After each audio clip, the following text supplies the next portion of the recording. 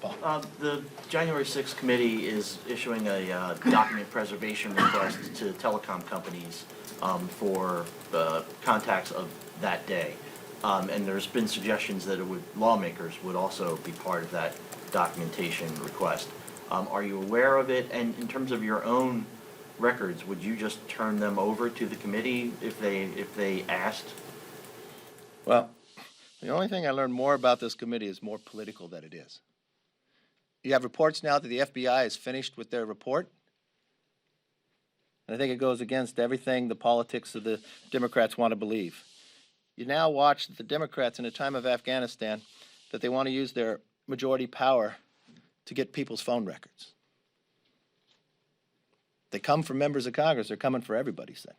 It's kind of amusing to me of how political they will go with this. I told the American public who I talked to that day. I literally went and talked to the American public on 3 different networks that day. I don't know. The real question has to be, the other report that came out this week is that the FBI told the Capitol Police beforehand there was a threat.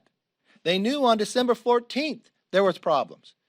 They had Inspector General reports of the failures of the top leadership in Capitol Police with not allowing them to have the training. They had the Kavanaugh hearings where the lines were broke. You had a chairman of House administration, that is in essence the mayor of this city, that had not been back to the Capitol since early May, that didn't take up any of it. You had a Republican on House administration that offered legislation and changes, correcting which the Inspector General found, which never the majority allowing it to come forward. What's interesting to me is this so political of a committee that the Speaker picks and chooses who can be on.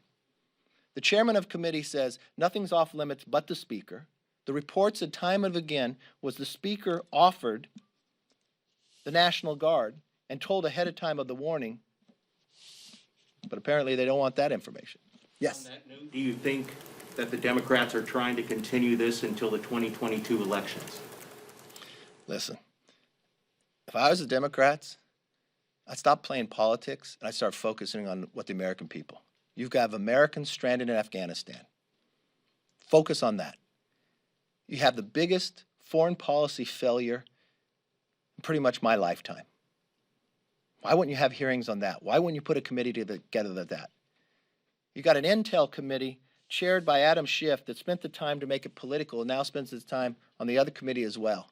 And you watch the failures under his own watch. I think there's a lot of correcting going on that I would focus on that the American people would expect.